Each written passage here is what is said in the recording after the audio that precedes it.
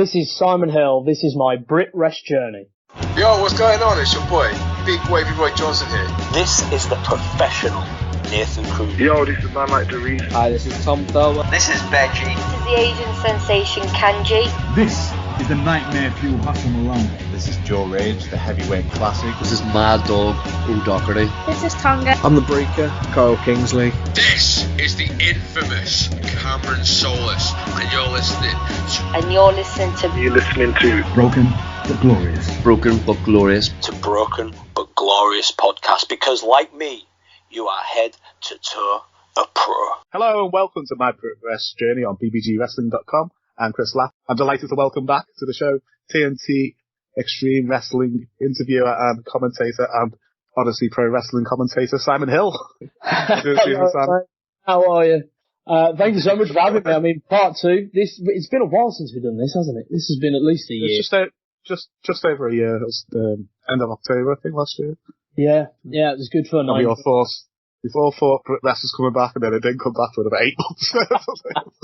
I remember the conversation. I think we were all looking forward to a show that had been announced, and I'd been booked on it, and you were looking forward to going to it, and it just never happened. But you know what? I think in hindsight, you look back now, and man, it's amazing to see how strong Brit Rest has come on since coming back in summer. I really do seriously mean this. Before we kick anything off, I think British wrestling is now as strong as it was in 2016. I think it's thriving. I think we've been through a real tough time where it looked like Brit Rest was never going to be Brit Rest ever again. And you look at it now and it is just golden. I mean, it's the place to be again. You know, we're getting imports wanting to come over. I mean, Hyan, Shimmer, world champion, and she's coming over spending 3 months over here. And we're getting all of that again because this is now becoming a hotbed of places to be. The scene is thriving and I could not be happier to be a part of it. Yeah, between like August and probably beginning of October, I think we were at a show at least probably 3 shows a month. And then we're like, we just need to stop. We're spending all our spare cash on shows. But we hadn't been to one for like 18 months, so every show we saw, we're like, there's a free show in Wrexham, let's go to Wrexham. Britannia. That's it. It's been amazing, and you know what? You've got to hand it to the promoters as well, and the promotions, that everyone has just stepped up. It's been incredible. Even the small family promotions, they're getting noticed, they're getting time. Talent are really appreciating that now as well, and I really think we're in a special place with the UK scene right now. Yeah, I was going to ask this like later in the show, but we did have the speaking out movement. So have you noticed a real change backstage now Brit Rest has been back? Absolutely. I think there's a real unity backstage now. And so when I returned, I had been working in Poland for a month hosting this gaming show, and I'd returned to the UK and got a booking for that week at LWF to ring announce, and that was the first time I'd been backstage since pre-COVID. And there was such a, excuse the term, synergy backstage. Everyone was, really rooting for each other. There's a joint kind of feeling, a family feeling now that everyone knows, where each other needs to be. We just want to help each other. We want to build the best shows we can. There's a lot of love backstage, and I have noticed that, it's certainly a lot closer knit now, I think is probably the best way of putting it. Yeah, I hadn't worked backstage until we both worked at Odyssey Pro Wrestling, but everybody backstage, it doesn't seem to be like little groups, everybody was chatting to everyone. Yeah, everyone's just, seems really happy. Yeah, it's a really positive environment. I'm very fortunate with the promotions that I work for, that every locker room I've been in, I've been a part of that locker room. It's not like, because you're not in-ring talent, you just do your own thing. I am part of that locker room, part of that talent roster, and that's been such a beautiful thing. So I think British wrestling is really in a happy place. The egos are left at the door, and then we deal with business, and we know everyone's got their place, everyone's got their role and responsibility, and I think it's such a it's just a beautiful thing to witness, you know. I mean, you look at some of the talent that have really broken through. I mean, pre-COVID, you know, Alexis Falcon and Lizzie Evo were certainly making waves, but post-COVID, they've come back and they are now two of the biggest talents this country's ever seen. You know, and both still such at a young age. Lizzie, 22. I think, Alexis Falcon's 23, 24, close to 24 maybe.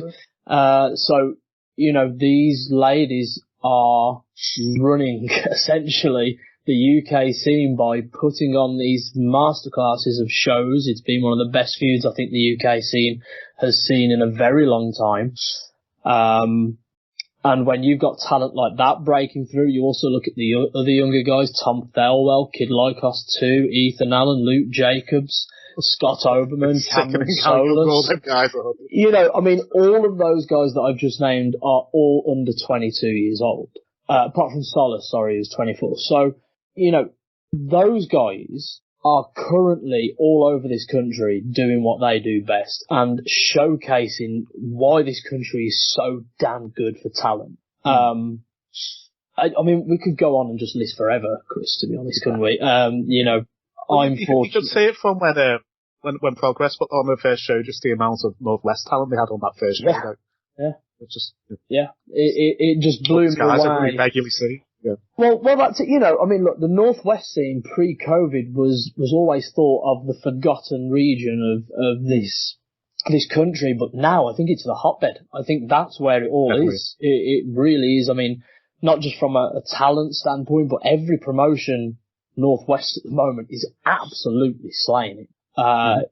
You know, I've had the pleasure of being invited to catch shows, you know, North NCL and all this stuff. I mean, even Kamikaze I went to in Birmingham a couple of weeks ago, and that was their first major show back, you know, since the break, and they just knocked it out of the park. And it is so good to see that everything outside of London is doing so well. And I think that's something that we've really wanted and really needed in this business, in this country, for sure. Yeah. So how have you found the transition from backstage interviewing to commentating? Because I think you're a play-by-play on some, and you'll do. I'm play-by-play on both, yes. So it was an interesting transition, I'm not gonna lie. So when you're backstage interviewing, the preparation is very different. Now, when I'm commentating, I will sit down with individual talent and plan what, you know, we'll speak about the story of the match, how this is going to play out, and we'll discuss certain angles and movesets and transitions. So it's a lot more in depth. My job as a commentator is a lot more, I work a lot closer with the talent now. And for me to be good at my job, I need to make sure that I'm constantly studying. You know, I mean, Odyssey Pro Wrestling last weekend, we had that TLC match. Yes. The weeks leading up to that, I had watched 7 or 8 different TLC matches, making notes on, you know, the best way to deliver, you know, what the talent need me to deliver to make that story and make that match work from a commentary standpoint. You know, how can we put that match over even more and tell the story in the way that they want? So, very different. Whereas backstage interviewing is, you get a sense of what angle you need to go to, and you then look at the best way of getting the best out of the talent you're working for. I will still never forget what Lizzie Evo had put on Twitter when I was in Poland, and it had been announced that I wasn't coming back to TNT as they just had a shift in direction. And Lizzie had put that post out on Twitter, just, you know, paraphrasing, but essentially saying, thank you so much for helping me being able to cut a promo on the fly now, because when I was a backstage interviewer, I would do anything and go out of my way to help the talent become or action the best promo they could do, you know, they could achieve. I would give the pointers, give the bullet points. They would ask me, and that was a huge deal for me as well, is that they're coming to me to ask what works, what would be better, how can we, you know what I mean? So I think my approach there was, my job is to get the best out of you. Whereas with this one, it's to work with you and get the best out of myself to deliver for the product. So it was a tough transition. My first one was Set Sail, I think. Was it Set Sail with Odyssey Pro Wrestling? Our first show. We've had 3 shows, and I'm just so... You turned up. That was a fun day, because you turned up like 20 minutes before the show started, because you were stuck in. Yeah. Didn't turn up or something, didn't it? Yeah, that's right. Yeah, it was, that was a tough journey. Yeah. But yeah, so it was, that one was a learning curve for sure. I am my own worst critic, Chris. And, I remember coming away from that, watching it back, and I was just not happy with anything I was doing. No. So, I just went to work, just what I do best. I studied, I recorded myself going back over the matches, I would watch myself back again, and I would make various changes to my delivery in the way that I would pursue, commentary, and so far I think it's working. Yeah. How did you find out with Kurt? Because I think that was his first time ever commentating as well. Yeah, Kurt's a great guy, obviously well known for his podcasting, and he's making that transition over to commentary. I know that he was in a similar position. I think he was beating himself up a little bit after the first show, but he's been going through a lot back home. But he's now back with Odyssey. We had Steve Bibby from LWF jump in on the second show, who I have to give props to.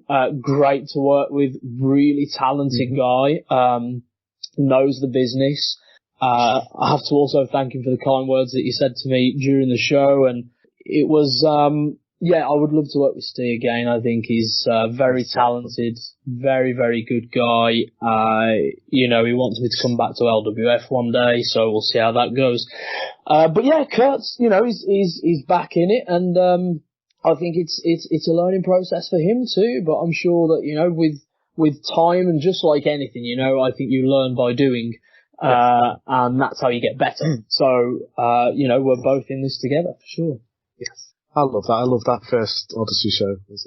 I just couldn't believe how I heard the crowd crazy in Morecombe, but being in that atmosphere was amazing. I loved it. We've both been to a lot of shows, Chris. You know that. I don't think I've ever been to a show, a British indie show, where it's been like that.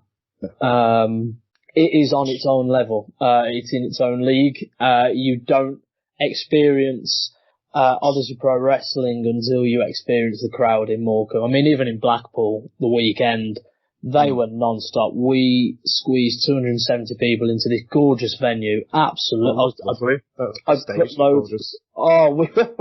Well, as you can imagine, as talent, that's like the first thing we see. And, they're fortunate enough, I'm fortunate enough for those guys to give me an entrance as well. So I had to lap it up, Chris, I had to milk it just a little bit. And, it was a beautiful setup, beautiful stage, beautiful video wall, gorgeous venue. Obviously it was all for a good cause for Jordan, and, every single person in that locker room, front and backstage, turned up and gave 110% and then some. I mean, we put on, if that was on TV, people would still be talking about it. I can't wait to watch it on. I guess it's going to be on Power 4 TV in a day. It will be on, absolutely. And the editor is snowed under. I had a long conversation with him last night, and that guy, since coming back, I don't feel like he gets enough credit. I know that we do put him over weekly on Twitter, but if you think about it, that guy from TNT, Odyssey, Catch, and Wrestle Carnival recently, and many more, he has just been pumping out all this content. And, without him, I don't think any of us would look and or sound as good as we do. I'd say there must be clones of Ant and the editor and Tony Knox out there, because every show you look at, there's that's exactly it. I said before we started recording this that there's several people in this industry that I've seen more than my family since coming back. I think Ant is definitely one of them. Along with the Synergy lads, there's a running joke that I see them more than my own mother, and Troy Ryan's like, I'm okay with that. The other guys are Alexis Falcon and JJ Webb. every show I've worked, they've worked, and almost vice versa. So we've been up and down the country at least once a week with each other, and it's been a incredible journey since coming back. I'm very fortunate, and I think 22 is going to be even bigger. Oh. JJ Webb was a guy I hadn't seen before. Honestly, I just heard great things about him, but he seems to be on every show I've been on. Yeah. He's great. He's a proper dickhead heel. Yeah. Yeah. And he owns it, I mean, you look at the way that man preps and stuff, and he is, sorry to break the fourth wall, but he's absolutely incredible. I mean, his talent is unrivaled for me as a heel right now. I mean, he knows how to get inside your head like that. He doesn't even have to try sometimes. And he knows how to do it. And then you also watch him in the ring, and, heels are always kind of renowned for just breaking the rules or, limited movesets. I'm just going to play on you to try and get, the heat. But JJ goes to work on his moveset as well, and it's visually stunning to watch. I mean, the match we had at Ignition, he was involved in that with Kameron, Solas, Scott Oberman, and Thelwell. And that match was explosive. JJ is sort of missed that show. So. It was. I mean, for me, we'll talk about matches of the year so far a bit later, I'm guessing. But for me, JJ Webb in 2022 will be at the top of every card. Yes, I think he's phenomenal. Yeah, I can't wait for his match this weekend. Yeah, that one's going to be special as well. Those two guys know each other very well. And, I think it's, both are going to be looking to get the upper hand on it. So it's going to be a very interesting match. We'll talk about that in a minute. It has Keep It Locked with Simon Hill gone on a hiatus, or has it been absorbed into TNT Ignition's YouTube now? No, it has gone on a hiatus. I was kind of expecting this question. I do still get it on a weekly basis. I actually got a memory today. It's been a year today since I did the Chase Owens interview. But you're just about to do that when I think it was the day after or a couple of days after I interviewed you. Yeah, that was. So if you announced it on the show, talked about it after the show. We announced that. Ricardo Rodriguez and a couple of others. But it's on hiatus. So my last episode was obviously with my good friends, La Rebellion. That was just before I went out to Poland. In that time, there's a lot of personal stuff going on as well. And I needed to kind of focus on what I needed to focus on. It will come back. I think it's inevitable that it will. It was, I was lucky to have the support, the crowd, the fans, the listeners, that I did, and, all the guests that I had, I remember even just getting jokes from people like yourself or Stu from Stu's Wrestling Podcast going, how the hell have you managed to get this guest? But I really pride myself on delivering something good, and I think right now where the focus is, I wouldn't be able to deliver something that I could be 100% proud of. Just because of the ridiculous schedule that I have, and, kind of just recovering and revamping everything else that's gone on in my life, this year. So absolutely will make a return. No doubt you'll be seeing me again doing some cool interviews with some cool people, and, get back up and running. This is the infamous Cameron Solas, and you're listening to Broken but Glorious. Right, so this Sunday at Fusion, Liverpool, it's TNT High Voltage, Ignition High Voltage. Main event, can't wait for this match. It seems it's got a proper end of an era feel to it. So Scott Oberman's title versus Cameron Solas' Ignition career. Solas laid it all on the line at High Voltage. This match is going to be explosive. 3 years feud, probably. Yeah, about 3 years. Yeah. About 3 years on and off. Definitely for the last 2.5, it's been pretty full on. And I hear from Cameron a lot more than I like to at times. He's now dating stuff, so I don't have a choice. But this, for me, I've got to say this. You know, we wind each other up outside of the ring, but Cameron Solas is one of the best talents this country has seen in years. I mentioned earlier match of the year. Now, besides the Lucha Bros one at AEW, where they won the titles from the Young Bucks in a cage, that one. Yeah.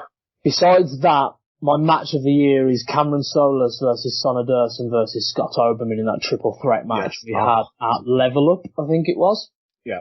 If you haven't seen that match, and you think, you know, if you're in the mindset that a lot of people are, I was when I was younger, that the only promotions to watch are the AAA promotions, you know, go to Powered 4 TV, subscribe, and watch this match. Possibly the best match of the year for me. Cameron Solas, Scott Oberman, and Sonny Durson. Sonny Durson did stuff that we haven't seen Sonny Durson do for years, and he did new stuff that we've never seen him do. Yeah. Cameron Solas, as always, is just, you know, he's he doesn't care how high it is or how far away it is. He's going to try and make it, and he will jump off stuff. That leap from the entrance ramp. Yeah. It was insane. I mean, it was the push on Durson, I think, at first. I mean, he literally pushed Durson, you know, nearly 30 feet off the barrier into the ring. Excuse me. Decided to take that jump as well. And, yeah, you know, I think this one is going to be, Cameron's got a lot to prove. You know, he's already become the champion, although it be for 30 seconds. He's going to want to prove that he can do this properly and do it again and do it without being, you know, messed over, I guess. So I want to see him come away with the belt, but Scott Oberman's a tough son of a bitch. He does not take any crap, and he will do whatever it takes. And don't forget, he's also part of Northwest Strong. So if they're in attendance or if they show up, what's that going to mean for Cameron Solas? You know, he's not just fighting one, he's fighting potentially 4 or 5. So, you know, it's going to be explosive. It's going to be a big, big match. I really do hope Cameron wins it, and that's no offense to Scott Oberman, but, you know, Cameron's deserved this for a long, long time. Just end the year with him as champion of the week. Because I think him hitting that corkscrew and win the championship was my best winners of the year in any promotion.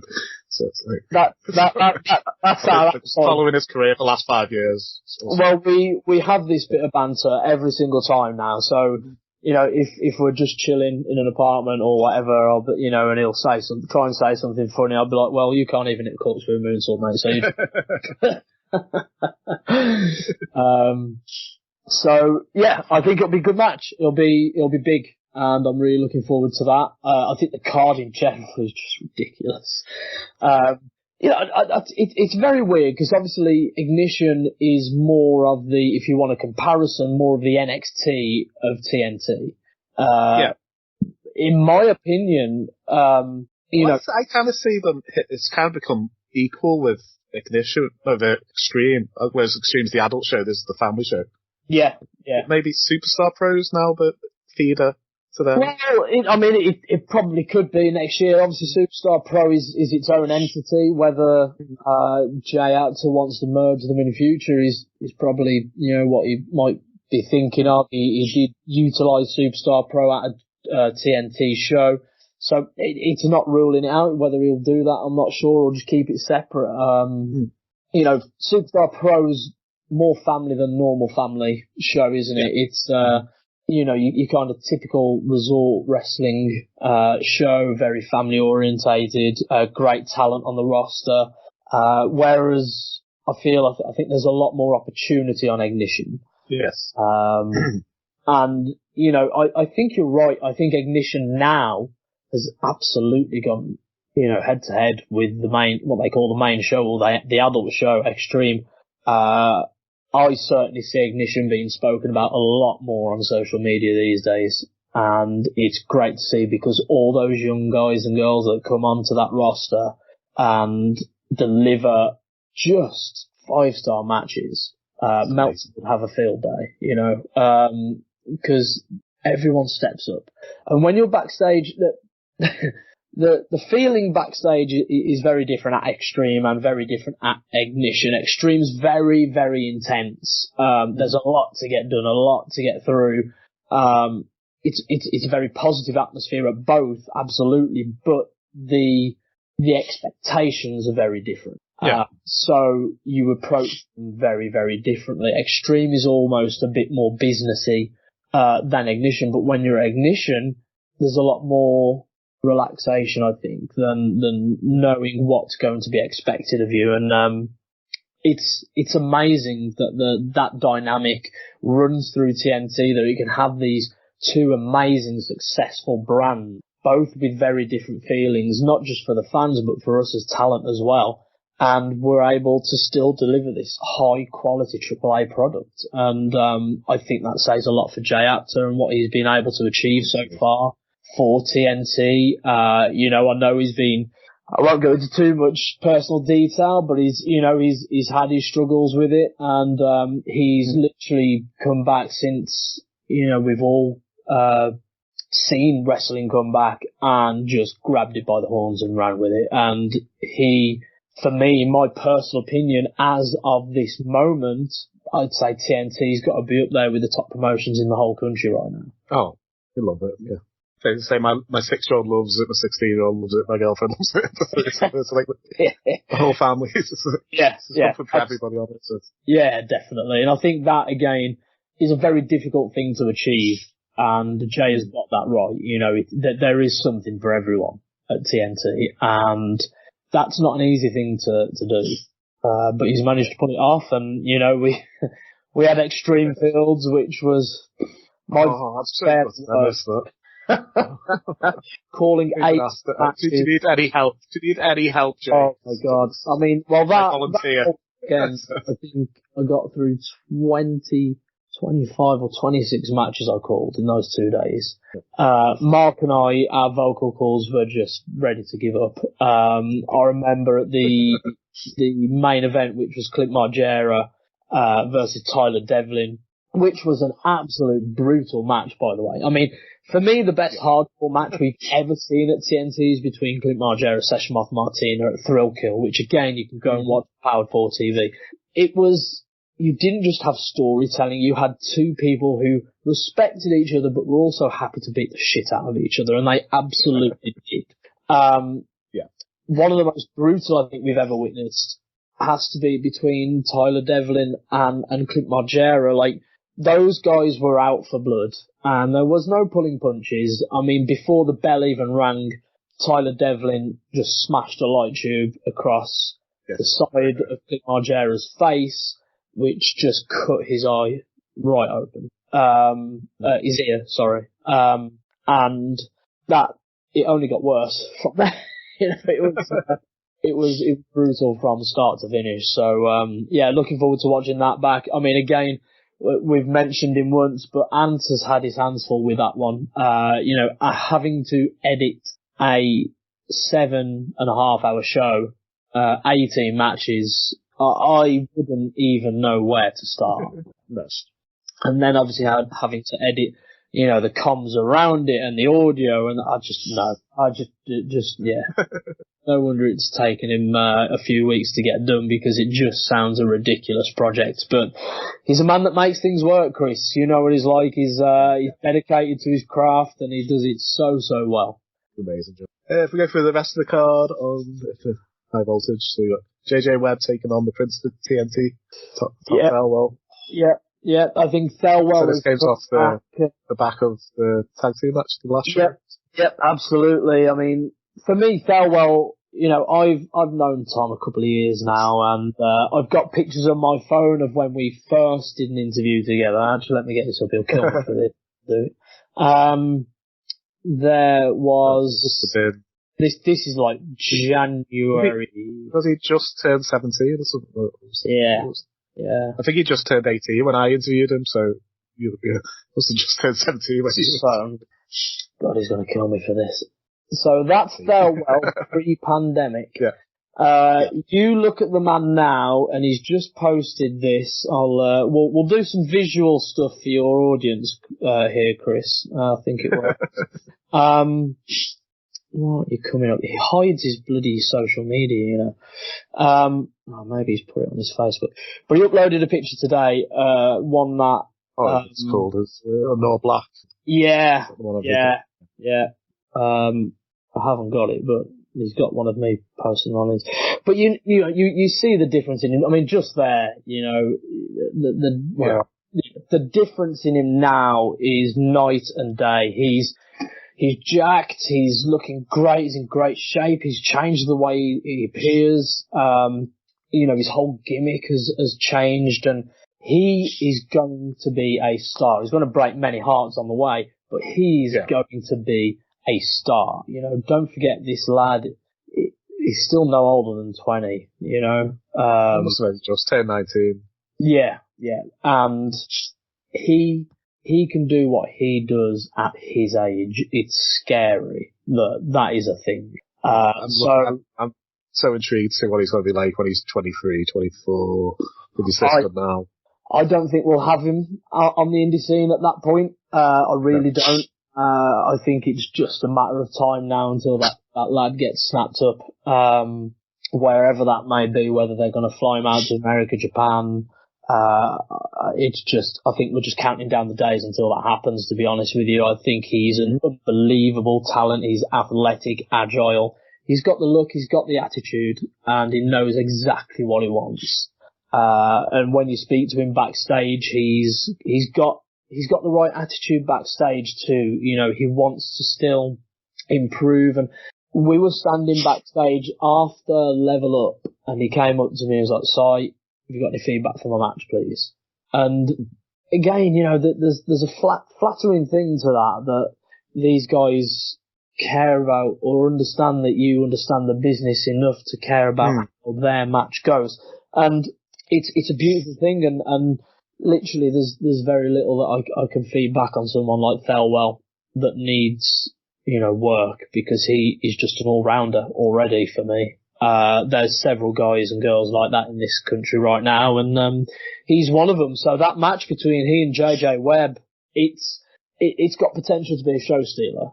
It really is, because you've got two of the best in this country, not just in the Northwest scene, in this country. You're putting them in a ring together in a match that means something. This isn't just an exhibition match. You know, this match is going to lead to something. Tom is holding that briefcase. JJ Webb wants that title. He wants his opportunity. So, you know, you have two talents who can both be complete arseholes on their day, but will do anything to pick up the win. So I think it's going to be absolutely amazing. Yeah, that opening 2 minutes of that scramble match were amazing. That's another one. That was on the same card as Solas, Durst, and Oberman. That I would say that's the best scramble match I've ever witnessed. That was my sister's first Ignition, and that was her favourite match of the entire weekend, including Thrill Kill. Now, bear in mind at Thrill Kill, we had some real good matches. I mean, Clint Margera, Session Moth Martina, we had the She-Wolves, you know, pick up the win over there, and it was just, you know, Alexis Falcon and Kira Chimera was incredible. But no, her favourite match was that scramble match, and that is because everyone involved turned it up to 11. There is no 9, there is no 10 when it comes to TNT. I don't think there's even a 9 or a 10 when it comes to the level of talent that we book here at TNT and that are currently running this country's scene. I think it's just beautiful to see and incredible. So yeah, I think that match in particular, that's probably the match I'm excited about the most this weekend. JJ Webb and Tom Thelwell. Another match has been like 4 months in the making. It's Gio Adams versus Tonga, last woman standing. These two plus probably Lizzie Evo and Alexis Falcon seem to make up the main events of so many promotions. Just any combination of them 4 women.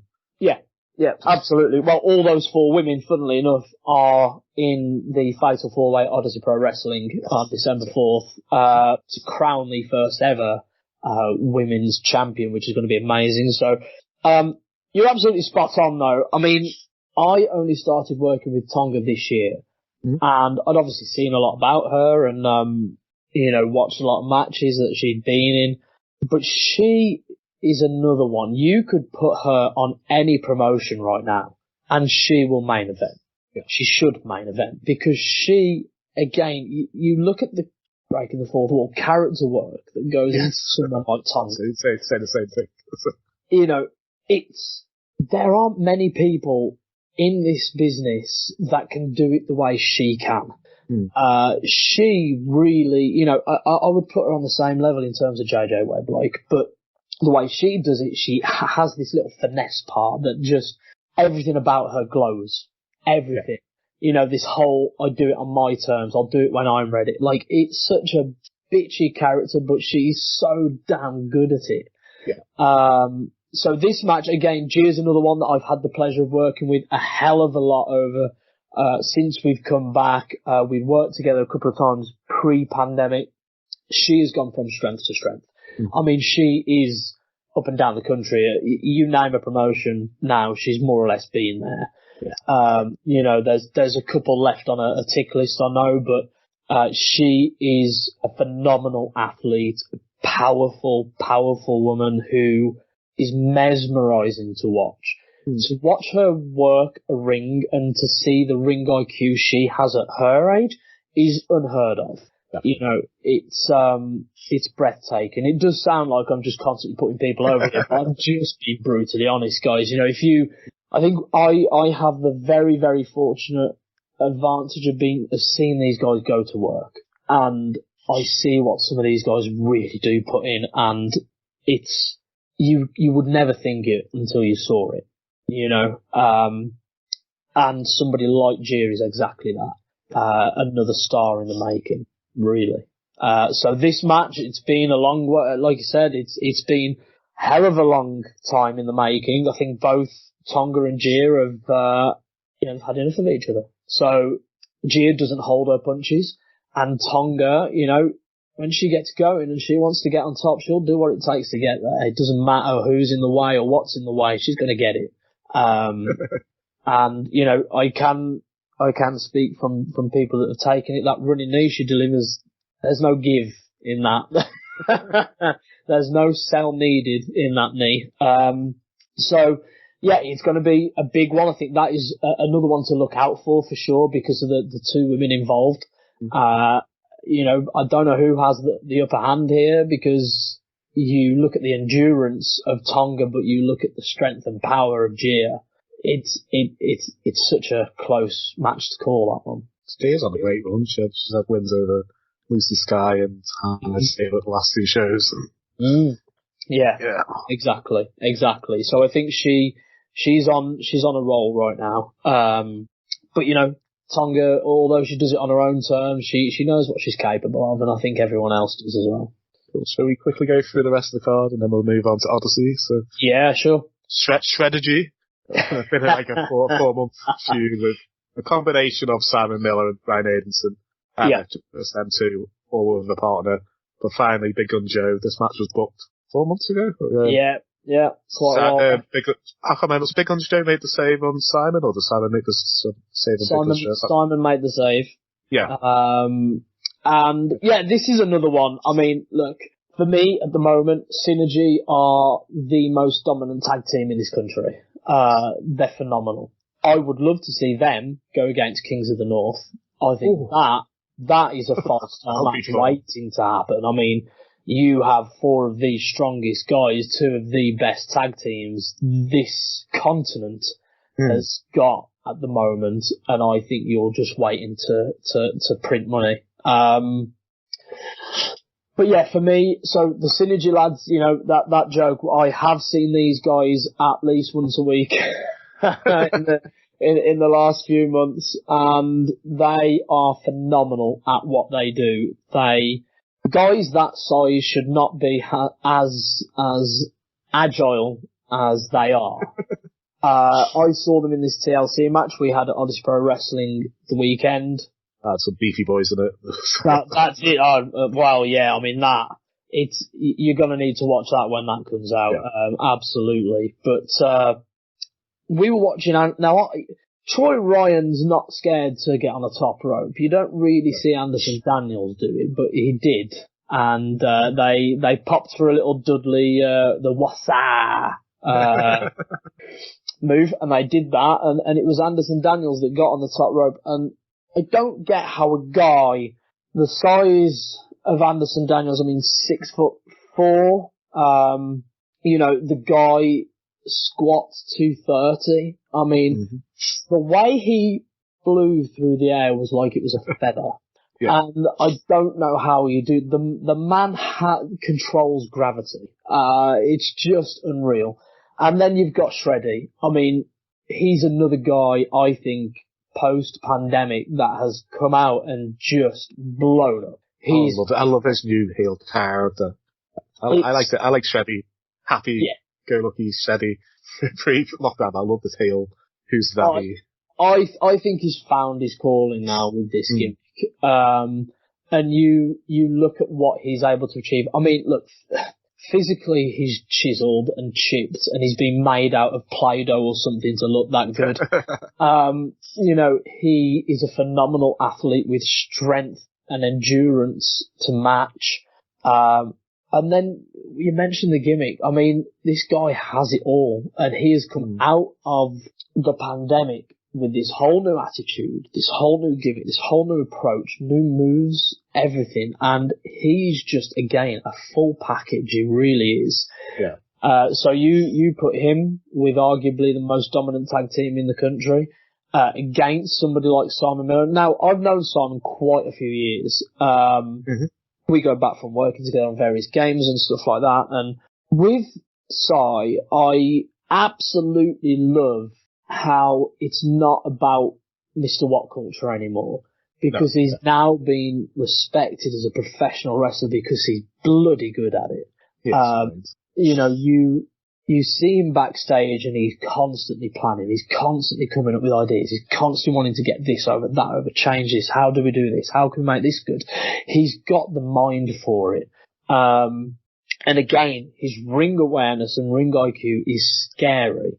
You look at the way he walks around a ring, he knows where he is at all times, and he's also got this really weird, it's almost like he's got sensors in the back of his head because he seems to know where everyone is. And that is also scary to witness.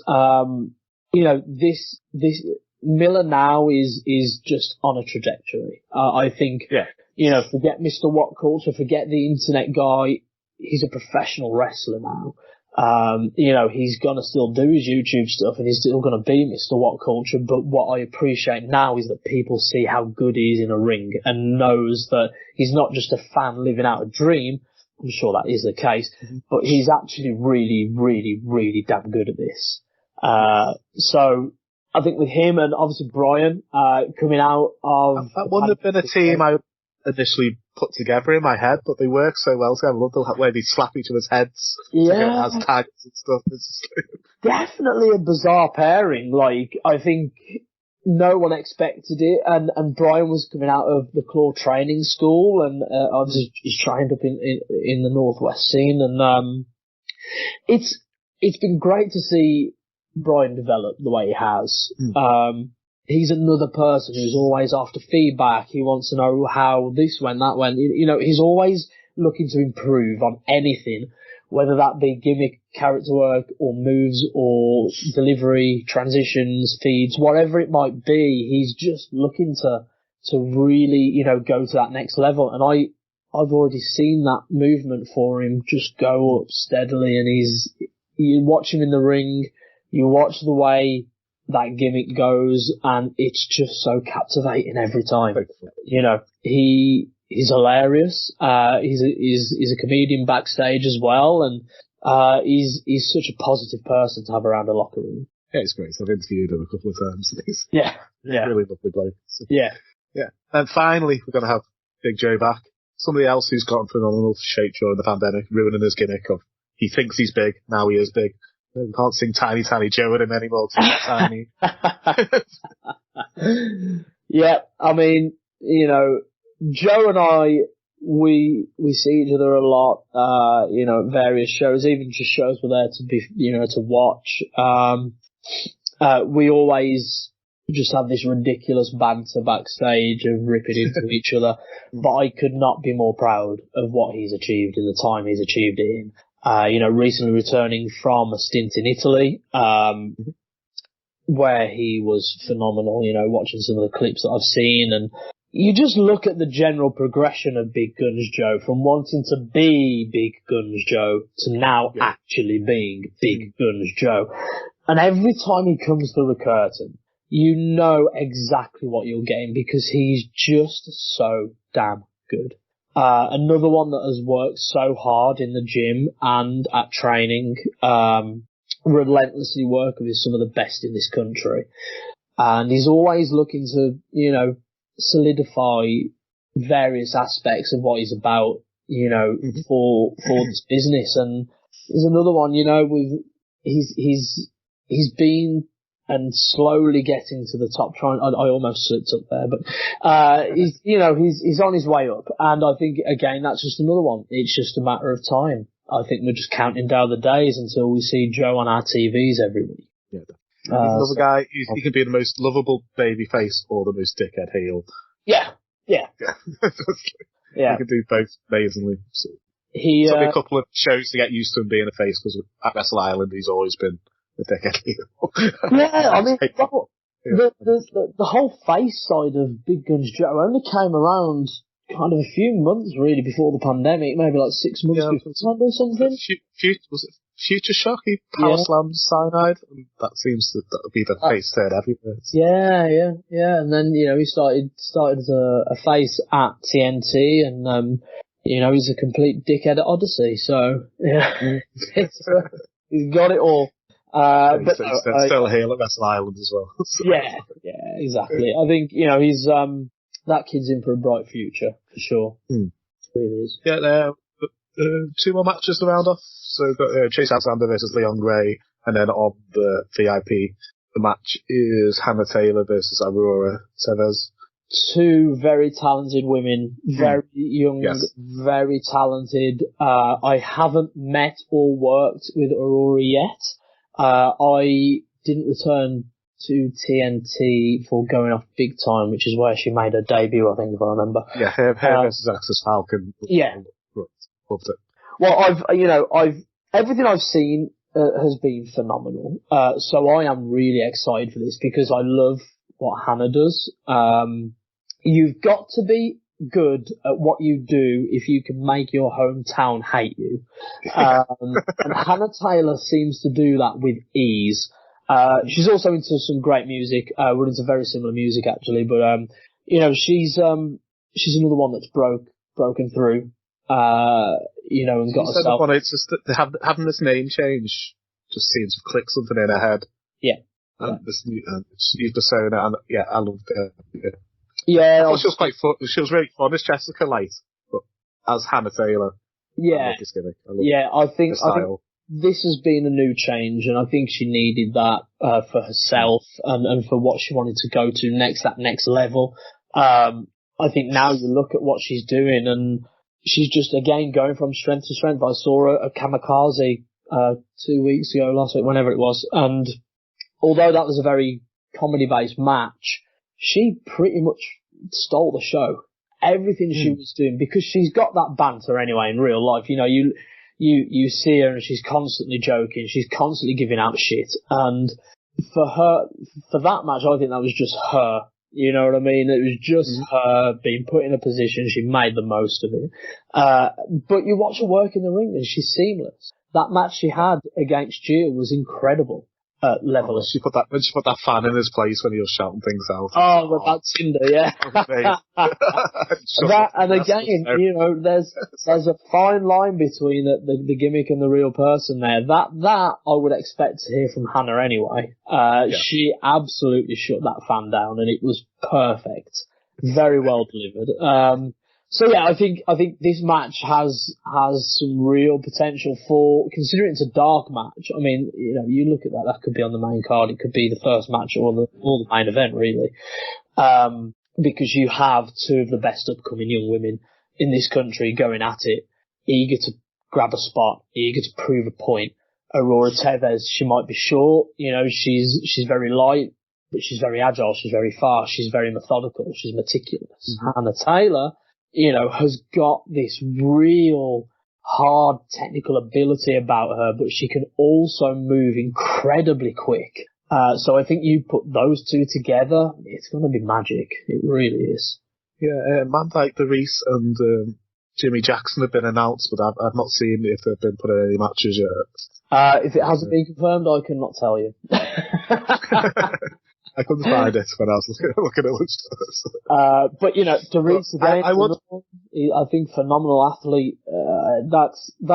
You put Doris in the same conversation really for me as the likes of Thelwell, JJ Webb, and those sort of guys, Kid Lycos too, that are just this crop of young talent that are currently running the scene. I mean, Doris is scary because he's big in terms of muscular, but how he's able to deliver some of the moves he does, it should not be possible. Gravity shouldn't allow it, but Doris finds that gravity from somewhere, and defines it, So, I think, he's another one that wherever I work and I get to work with Doris, it's always a good time. Yeah.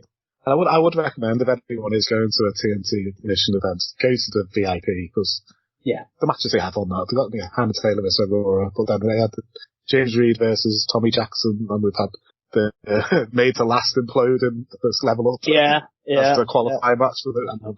That was a great match. I think what was beautiful about that is obviously both men know each other inside out, and they weren't scared to be a bit stiff at times, and that showed because they both wanted it so bad. And it was a real good match. They went out there to prove something that night, and I think both men walked away as a winner, to be honest. It's only an extra $5 to go into the VIP, and you get your photo with the wrestlers, get the VIP match front row. Yeah, you get it all, and you get that full experience. And as you said, I think for me, front row in any wrestling show is always an experience, because you can stand up from the back and watch, but you will, even though you're watching the same stuff unfold, you have a totally different experience when you're sat on, totally different. So, yeah, it's worth it. It's what TNT do very well. They offer these various packages that give you the opportunity to get in amongst it. You can be as close as you want, and be, with that talent. You can have your photos taken with that talent. You can witness a great match that no one else who hasn't bought VIP will be able to witness. And, it's just another great string to the bow of TNT. Yeah, and post events, everybody stays around. They all talk to all the fans afterwards. Yeah, it's take photos with everyone. And we made a point of doing. We were very thankful for all the fans that turn up, that invest in us, that constantly talk about us on social media and share stuff, and that allowed throughout that 2.5 hours or however long it may be. And the least we can do is, come and say hi and interact with you guys. Thank you for being so supportive. Thank you for being so invested in us and sticking with us. And we're generally incredibly thankful for that. Just notice we're an hour in and we haven't discussed Odyssey. This is what we do, Chris. If you remember, this is exactly what happened the first time around. Is when you and I get together, we talk a lot. And, I think that's what makes this podcast so much fun for me. Is I think didn't I tweet you or Instagram you or something recently, about the episode, that we did a year ago. And, it was one of the ones that I enjoyed the most because, we just get lost in what we love to talk about. So. Especially, the Northwest scene, I could talk about it all. Well, there's not many people in my life who can talk about the Northwest. They always want to talk about the WWE and AEW or something. Oh man, no. All the action's happening right here in the UK at the moment. This is the unforgettable Andre Decker, and you're listening to BBG Wrestling. Yeah, so 4th of December, Odyssey is back in Morecombe at the Alhambra, man. The Carlton's so much easier to say. It was, wasn't it? Yeah. So OPW, buried treasure. The show will crown the Odyssey Champion and the OPW Women's Champion. It will. We have the semi-finals and the final of the Odyssey Championship Tournament. First semi-final is Ryan Hunter versus Sam Bailey. Yeah. I mean, I'm sure you've seen on Twitter, Sam and I, we've got a very love-hate relationship at Odyssey Pro Wrestling. For it to the point where he's tweeting management to try and get me sacked. But this match, look, take that away, of whatever's going on between Sam and I, but Sam is a 16-year veteran. Sam has trained some of the best this country has ever produced.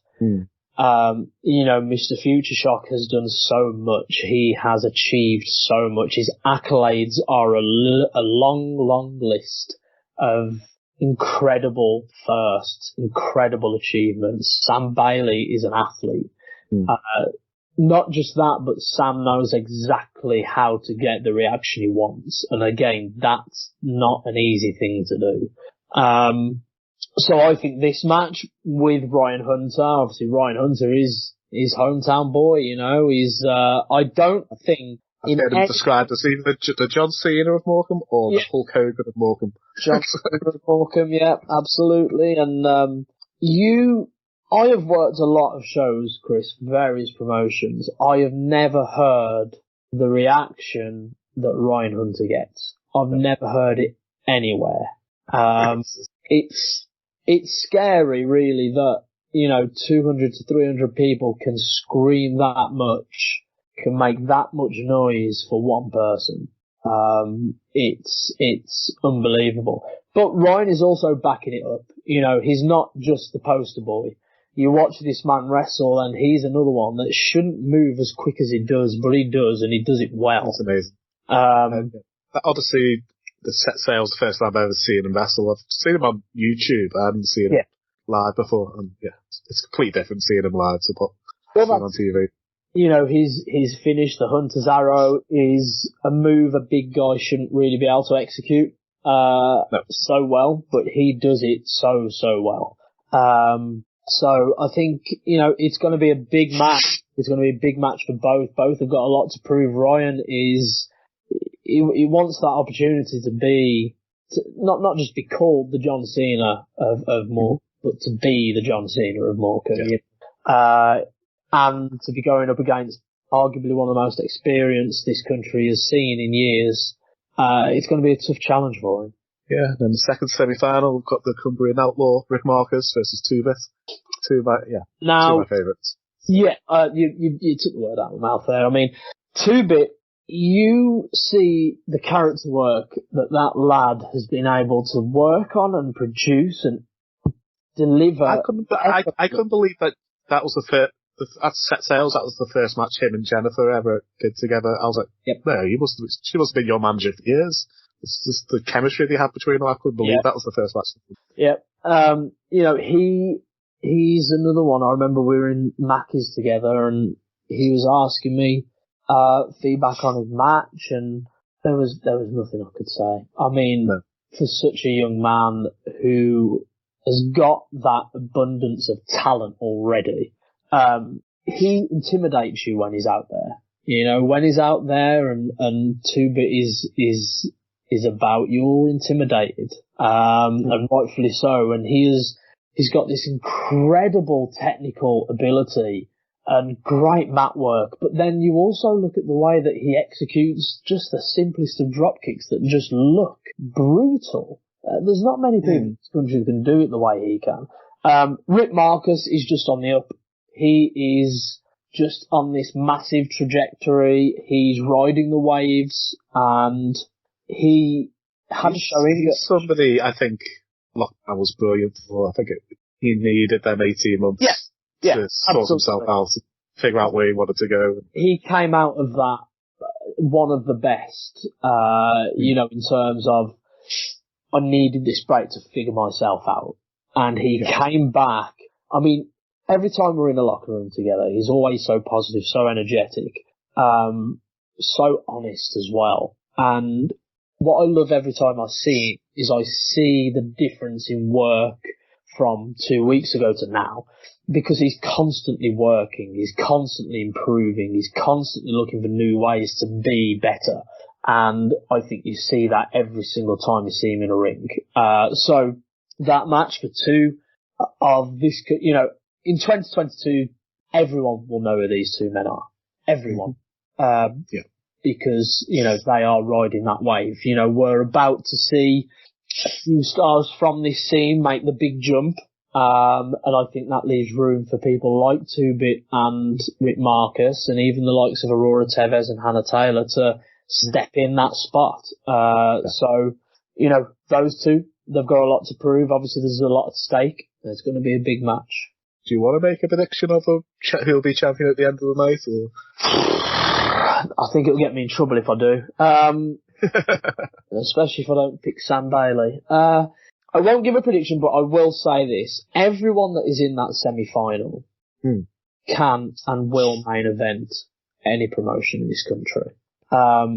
We are very lucky at Odyssey Pro Wrestling to have the level of talent we do, but what we do have that I haven't really experienced to this level at Odyssey Pro Wrestling is we're a family. You go backstage and the love is so real. The attention to detail, the little things that, like, you know, that owner Ethan will come up and discuss with you personally, take the time to sit with you and go, this is how I need things, this is what we need to make this work. And he's always so calm and so relaxed, even though in his head, I've seen it happen, he's stressing.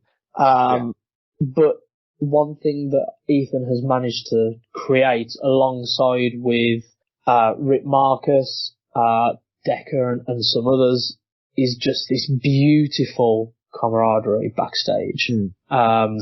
There are no egos in that locker room, not one. And everyone, whether it be Lizzie, Alexis, Tonga, Joe, Sam, Rick, Tu Byt, whoever it might be, they will come up to you and give you their thoughts, their honest opinion to help you be the best person you can be. And that is something I haven't experienced to that level anywhere else. Odyssey Pro Wrestling is one of the most beautiful locker rooms I've ever been in. It's incredible. And everyone's so happy. Everyone's so positive. We just want to work together. And, you know, I get to see a lot of my friends at Odyssey as I do at TNT. And, I think, you know, I've been very fortunate, Chris, to be given the opportunities. Obviously, you know, it's up to me to make the most of those opportunities, but, you know, for the position I'm in and being in this year, I think I'm very fortunate to have so many amazing people, you know, surrounding me, making me a better person, not just professionally, but personally as well. Next, I think we've kind of already discussed this match for the Alexis Falcon versus Gia Adams versus Tonga versus Lizzie Evo. Fatal 4-way elimination match to crown the first ever OPW Women's Champion. Yeah, I mean, it's carrying on, you know, what we already know about Lizzie and Alexis. Excuse me. But when you're adding Tonga and Gia in there as well, it's fireworks. It's magic. It's printing money. It's every fan and even every person in that locker room will be watching that match. Because you have the four biggest, arguably best women in this country right now going at it. You know, you said it earlier, at least one of these four women seems to be main eventing somewhere, and they're all in the ring together. So, you know, I think the fans are the real winners here.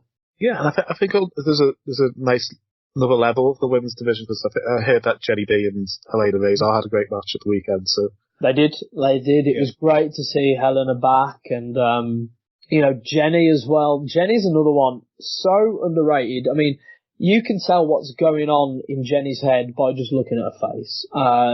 There's very few talent out there. I mean, Debbie Keitel's another one for that. You know, you look at the way Debbie's character work is, and you know by the face first, and that is a talent you can't teach.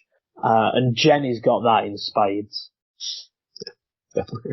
A match, I think it was announced last night or maybe Monday night, as RPD versus Scotty Rourke versus Lance Rivera. Yeah, I mean, three completely classic styles clash for three people. Yeah. I mean, you know, breaking that fourth wall again. Scotty is a close mate of mine, and you know, even I got a little emotional when he won the belt at TNT Thrill Kill. The Ultra X. Yeah, that's the one, and because he deserves it. He's worked incredibly hard. He's another one that has come out of the pandemic a better person, a better talent. I think for me now, and I recorded the podcast, TNT podcast yesterday with Clint Margera, and both Clint and I said that he is one of the best wrestlers in this country right now. So I think you're sticking him up against somebody like Lance Rivera, who's definitely one of the best upcoming talents in this country. He's had a great comeback since he co-hosts the Big Glorious with me. The running joke before the lockdown was nobody's ever seen him win a match. He's won nearly every match he's been in since, ruining the whole gimmick. Yeah. He's had an explosive return, and you know, I love his character work, his gimmick work, and I'll tell you what, I think, you know, RPD is someone I am very, very proud to know and call a friend. When we first met, he had some really nice words to say that he had heard my work before I'd heard his. I felt kind of bad, but to watch him and his progress, I am so proud of him. So proud of him. And I really can't wait to see what he does in 2022, because that man's been through a lot, but he's made that transition from boxing to wrestling, and do you know what? He's made it look easy. I know it's not easy. The applause he got when he came out as a surprise partner for Sam Miller and Ryan. Which he's only been wrestling an hour and a half away from where he's from. You know, like there was no right that he should have got that response, but he did because of what he's done and what he's achieved, and because of how good he is. And he's another one that you are so happy to be backstage with. You love him as soon as you meet him. He's so nice. Yeah. He made such an impression on that, because I think the night before he made his debut for Wrestle Island, and I took my niece and nephew the first ever wrestling show, and he was their favourite. Yeah, he made a great impression on my girlfriend. Just all the rest of the night, Ryan's really, isn't he really nice? Yeah. He made an effort to ask for a name and everything. One thing he doesn't know though. So after the TLC match, we wrapped up and I walked round, and obviously he's all bruised and battered, and I gave him a hug. I just said, "I'm so proud of you, dude." And he hugged me back, and obviously he's sweating profusely. I think he had a bit of a cut. Well, I had a £300 suit on, nearly £400. So that had to go in the dry cleaners this week. But yeah, it was worth it just to tell him I was proud of him. And I am incredibly proud of him. So I think that match, I think you have three of the best up and comers and three unrivaled talents in this country right now. So I think that again, that is worth its ticket price in itself. Yeah, the next match on my list, we've praised these four guys to death already on this. So we've got Big Joe and JJ Webb versus Synergy. I'm loving the alliance of Big Joe, JJ Webb and Sandy Beach. I think they're three proper great heels. Yeah. Just pissing off the fans, getting in all the fan favourites' faces. Yeah. I mean, sticking them together has been such a cool thing to witness, and yeah, we've spoke how good Synergy are. The faces here, which I'll tell you, the only thing I don't like about that is because they have the best heel music in this country right now. It's great. I want them to get it on Spotify so I can listen to it whilst I'm at the gym. I think you look at what Synergy have achieved, got to offer, and you look at JJ Webb and Big Guns Joe. We have said everything there is to say. You know, these four men are they've exploded this year, but I think next year they're going to be even bigger, and that match in particular is going to be one that I'm going to be keeping a close eye on. I want to see that these four men are just going to beat the absolute shit out of each other. That's going to be so good. Who knows? We may even get like the Hulk Hogan giant moment, Big Guns Joe trying to slam Anderson Daniels. And as announced last night, due to the assault by Andre Decker on general manager Ethan. Yeah. He suffered a concussion, won't be able to make the show, so there'll be a temporary GM appointed for the evening, so that should be a fun story of I go into. Yeah, that's where Sam Bailey got involved on social media, and I think I tweeted, "Please don't let it be Sam Bailey," and Sam Bailey then retweeted the Odyssey post saying, "Whoever it is, can you make sure they fire Simon Hill? That would be best for business." It's going to be interesting to see who is going to step into that role. Obviously, Ethan is the most influential person backstage for us, and we all look up to Ethan. So not having him there is not going to be right. It's not going to feel right, and I hope he does have a speedy recovery. That was a pretty brutal attack that Decker, lashed out, and, he needs to pay for it as well. Mm-hmm. I'm looking forward to that Decker RPD match in the near future. It must happen soon. So yeah, that's going to be a brawl. That we may have to make it an adult show for that one, I think. What's that stupid contract that WWE say? But there's no harms, something. When they can't take any responsibility for the hurt somebody gets in a match. But it's right, yeah. No harm.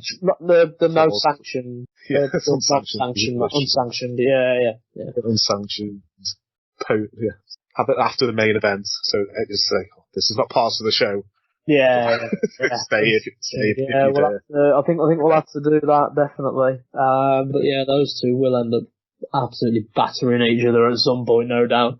It'd be a lot of fun. During the interview with Andre Decker last year, we found out he lives 5 minutes away from me. He's a nasty man, though. You can't be friends with him, Chris. He's a nasty man. Yep. He's been causing a lot of trouble at Odyssey. Right, so I'll put links to all the ticket information in the description below the interview for both events. So, yeah, I recommend anyone go to either of these shows. Yeah, definitely.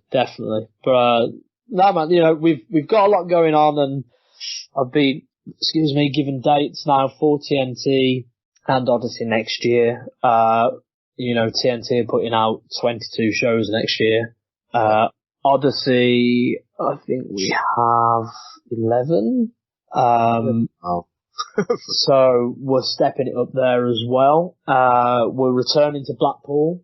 I can't say when, because that hasn't been announced and I'll get in trouble, but I'm looking forward to us going back to Blackpool, because that was firstly a stunning venue. Secondly, it's Blackpool, candy floss and commentary. I mean, what a dream job. And, and, the crowd there were phenomenal. They were absolutely amazing, and they welcomed us all with open arms, and, they went to town for us. They really did. So I'm looking forward to returning there. But obviously, I think everyone knows now, it's not secret, that it is real in Morecombe and it's real at Odyssey Pro Wrestling. Yes. I think 2022, they are going to absolutely become one of the top promotions in this country. Yeah, I really, go on Power 4 TV and watch the last 3 shows of Odyssey. They've been amazing. Yeah, they certainly have. And then you look at TNT, I mean, we're already speaking about them, arguably being the best promotion in this country right now, or the top promotion in this country right now, but I think that only gets better next year. We are about to see some of this indie talent make that big jump, but you look at the people that we still have, and it's just, it's endless. TNT Extreme aren't scared to bring in an import. They've had such great talent. No, I know that he's been speaking about it now, and there are 2 people that are very, very close to me that could be making an appearance next year. I know you already know who they are. So, I think I can't say too much because I don't know what's been made official just yet, but I think having that moment at TNT could be groundbreaking. So, not just that, but obviously they're still in talks with GCW. So we could potentially see that next year. Obviously that got spoken about between Clint and I on the TNT Barbed Wire podcast, which you can listen to on Apple, Spotify, wherever. And we've got DOA again. You know, I mean, if you just want to see people brutalise one another, DOA is the ultimate deathmatch tournament in the UK, and it's a stealer every year. So, you know, no doubt we're going to get some people returning that you've seen at DOA before that have been out the country in the last year. So I think it's going to be an exciting time. Mate, any social media you have before we go? Oh. Yes. So obviously you can find me at Simon H Official across Twitter, Facebook, Instagram. I think those are the main ones I use really. I'm a massive Twitter nerd. TikTok or anything. I should. You think people? Yeah, I've been told that I should, Chris, to be honest, but I don't know if I've got the time or the patience for it. So I don't know. Maybe I'll revisit that after in the new year. I'm just scared I'll get addicted to it. So I stayed away from Instagram for years and years and years, and then I joined it this year, and then that's what I use now. Yeah. Literally, when I was working in Poland is when I started to use Instagram properly, and I was just posting stories every single day, like 8 or 9 to 10 stories every day, and that's a thing now. I can't go a day without making sure there's content on. Yeah. So it's definitely become the same for me, and yeah, I don't know if I can handle another one just yet. I'll have to see. I'll see what next year brings. But yeah, you know, I'll obviously, you know, depending when this gets released, obviously so we had Cold Day in Hell last night. Yeah, so 2 more bookings with TNT this Sunday at Ignition, which is going to be closing the year for TNT, going out with a bang. We've already ran down the card. Some of this country's best talent are all there, and I think there'll be a few surprises along the way. And then obviously Pro Wrestling closes out the year for me December 4th. And again, we've run down that card, and I think I'd just like to say what a year I've had, Chris. Yeah. I mean, this has been my biggest year in professional wrestling so far. I have had the opportunity to call some matches with the best in the world already. By the time Odyssey wraps up in the space of 4 months, about 4 months, I would have commentated 77 matches.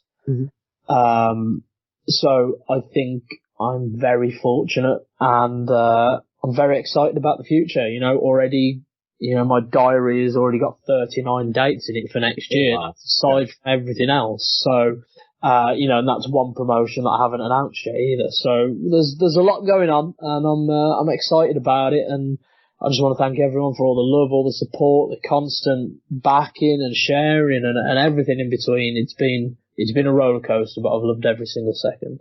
Yeah, I've loved wrestling. I've never been to so many shows, and I usually go to like 10 a year. I think we went to like 10 in 3 months. Probably more.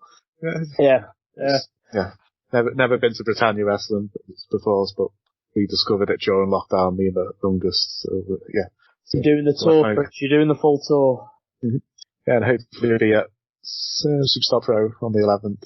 Then we're at Wrestle Island on the 19th. There's just so many. A lot of us seem to be ending on the same shows, though. A lot of the talent that I'm working with. So some of us end on December 4th. A couple of us have got idly piddly bookings either side, and you know, it's all coming to an end really nicely and really strong and really. Again, it's. Since coming back, and then the way it's all ending this year is just gorgeous. It's beautiful to witness. It's beautiful to be a part. So I think for fans this year, they've had a real treat. I think next year they're in for something even more special. Yeah, and I'd be happy if either Scott or Kameron finishes champion. Any of the 4 in the tournaments finishes champion. Yeah. Them ladies become OPW champion. Yeah, I'd be so happy for anybody to finish the year as the champions.